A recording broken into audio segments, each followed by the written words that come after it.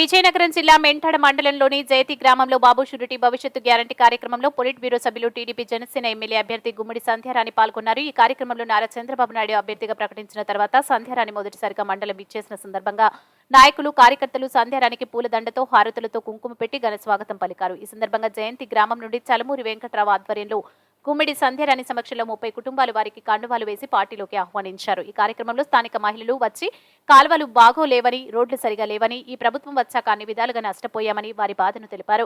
Current బిల్లులు, gas రేట్లు, నిత్యావసర వస్తువుల రేట్లు విపరీతంగా పెరిగిపోయాయని, ఎలా బ్రతకాలో తెలియడం లేదని చెప్పుకున్నారు. రానున్న రోజుల్లో టీడీపీ గెలిచిన వెంటనే నిత్యావసరాల వస్తువులు అందరికీ అందుబాటు ధరల్లో ఉంటాయని, లబ్ధిదారులందరికీ అన్ని పథకాలు ఇస్తామని సంధ్యారాణి హామీ ఇచ్చారు. ఈ కార్యక్రమంలో గెద్దె అన్నవరం, గొర్లె ముసలి నాయుడు, జనసేన పార్టీ నాయకులు పొట్టా శేఖర్, మాజీ ఎంపీటీసీ మన్నెపూరి రామచంద్రుడు, గ్రామ నాయకులు సతివాడ నారం నాయుడు, మాజీ దేవస్థానం చైర్మన్ చాపాన జోగినాయుడు, మానాపురం శ్రీనివాస్ తదితరులు పాల్గొన్నారు.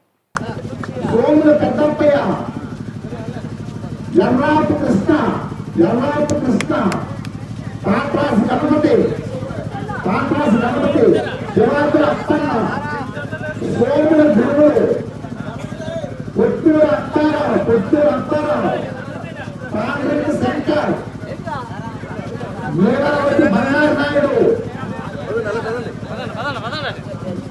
నంది సూరి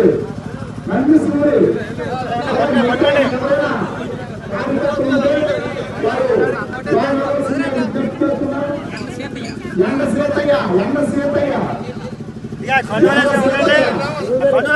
రాగండి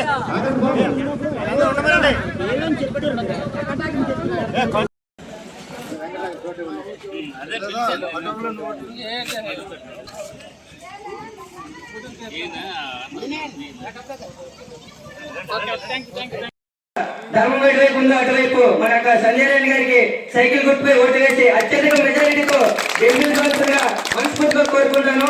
ఇంకా సదావకాశం ఇచ్చిన ప్రతి ఒక్కరు కూడా మనస్ఫూర్తిగా ధన్యవాదాలు చేసుకుంటూ సెలవు తీసుకుంటాను. ఒకసారి జై జనసేన, జై తెలుగుదేశం.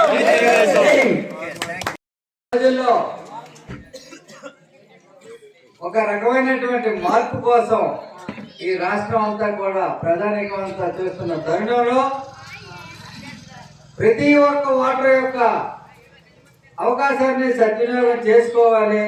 మంచి భవిష్యత్తు భావితరాలకు, మన పిల్లలు కావనండి, మన కుటుంబాలు కావనివ్వండి, అందరికీ ఆమోదయోగమైనటువంటి ప్రభుత్వం రావాలి అంటే అది ఒక్క తెలుగుదేశం జనసేన కూటమి. ఈ నాయకులు చంద్రబాబు నాయుడు గారు, పవన్ కళ్యాణ్ గారు తీసుకున్నటువంటి నిర్ణయంతో ఈ ఆంధ్ర రాష్ట్ర భవిష్యత్తు రూపురేఖలు మారే రోజులు ఉన్నాయి. వారికి మనం అందరం కూడా మద్దతు తెలియజేస్తూ ఈ మండలంలో లీడర్లు కూడా ఎవరెవరో పార్టీలు మారిపోతున్నారు కాబట్టి ఒక అసంతృప్తి నెలకొలింది. కాబట్టి మనం ఇవన్నీ కూడా జాగ్రత్తగా ఆలోచించి మనం రాబోయే రోజుల్లో ప్రతి గ్రామంలో కూడా ప్రతి ఒక్కరిని మనం కలుపుకుంటూ వెళ్ళి అత్యధిక మెజార్టీ తీసుకొచ్చి మన ఆడపిల్లకి మనం ఇస్తున్నటువంటి బహుమతి అని మీరు అందరూ కూడా చేయాల్సినటువంటి బాధ్యత ఉందని, అలాగే ఇది మనకి ఖచ్చితంగా నాకు కూడా మిమ్మల్ని అందరినీ ప్రతి ఒక్కరిని అడిగే చనువుందని నేను అనుకుంటున్నాను. అందుకనే ఇదంతా మెంటాడ మండలం అంతా నా కుటుంబం కాబట్టి ఖచ్చితంగా మీరందరూ కూడా ప్రతి ఒక్కరు కూడా నన్ను మనస్ఫూర్తిగా దీవించి ఆశీర్వదించి నాకు ఒక్క అవకాశం ఇవ్వడానికి మీరందరూ కూడా దయచేసి, ఎందుకంటే రెండు సార్లు నేను స్వల్ప మెజార్టీతో ఓడిపోవడం జరిగింది. మీ అందరికీ తెలుసు. 2 సార్లు దెబ్బతిన్నాను. రాజనగరం 4 సార్లు పోటీ చేసి 4 సార్లు గెలిచి నియోజకవర్గానికి ఏం చేశారో ఏం చేయలేదో మీ అందరికీ తెలుసు. కాబట్టి దయచేసి నాకు అవకాశం ఇవ్వండి. ఖచ్చితంగా మన సాలూరు నియోజకవర్గాన్ని, మెంటాడ మండలాన్ని అభివృద్ధి చేస్తారని మీ అందరికీ తెలియజేసుకుంటూ, ఈరోజు మనం చూసుకుంటే సూపర్ 6 పథకాలు ఏవైతే ఉన్నాయో ఆ పథకాల్లో ఖచ్చితంగా మీకు అందరికీ కూడా పథకాల లిస్టే ఇచ్చాం. ఎవరైతే ఇంట్లో ఎంతమంది పిల్లలు ఉంటే అంతమంది పిల్లలకు కూడా అమ్మక వందనం అనే కార్యక్రమంలో 15,000 రూపాయలు సంవత్సరానికి ఇస్తారు. అది దయచేసి మేము వెళ్ళిపోయిన తర్వాత కూడా యూత్ బ్యాచ్ తయారై యూత్ బ్యాచ్ చెప్పాలి.